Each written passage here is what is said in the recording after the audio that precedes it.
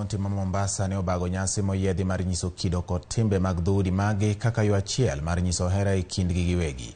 Kaka jafwambo marwa ma Mombasa Juja Oko lero, nyasi makama bende ne geto tieko pogruok kod akwede ma kinde moko bedoga e kind joma mine. Ne en mor miel kod chiemo e hall matanono ka Mombasa, kuma mine mawuok e dhoudi mopogore ka dhowadh nam chumbi ne jobage nyasi mar nyiso kitgi kod timbegi. Kaka joma mine kawuono, wabiro kanyakla mar nyiso kit timbewa ma wan godo e dhoudiwa.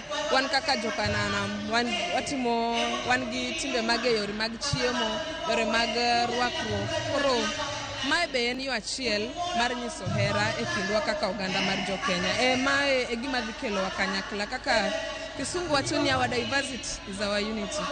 Watimo kama mondo watem medo hera, nyiso hera e oganda duto te.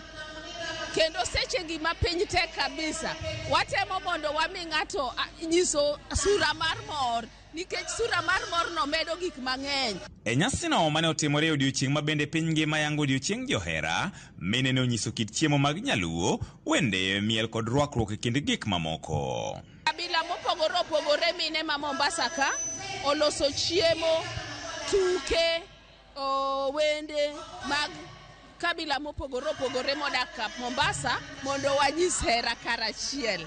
Tok kae ka wasenyiso kitwa gi timbewa mopogore, wan gi program mar golo remo. Koro tok mae to wadhi golo remo mondo wakony jowa ma in one way or the other okoso remo. Koro yes, the day is packed. We share love.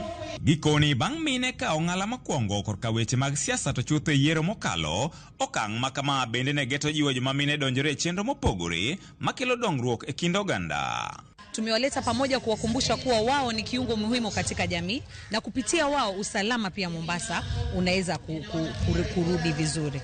Jahero nani Nairobi, onge machiegni.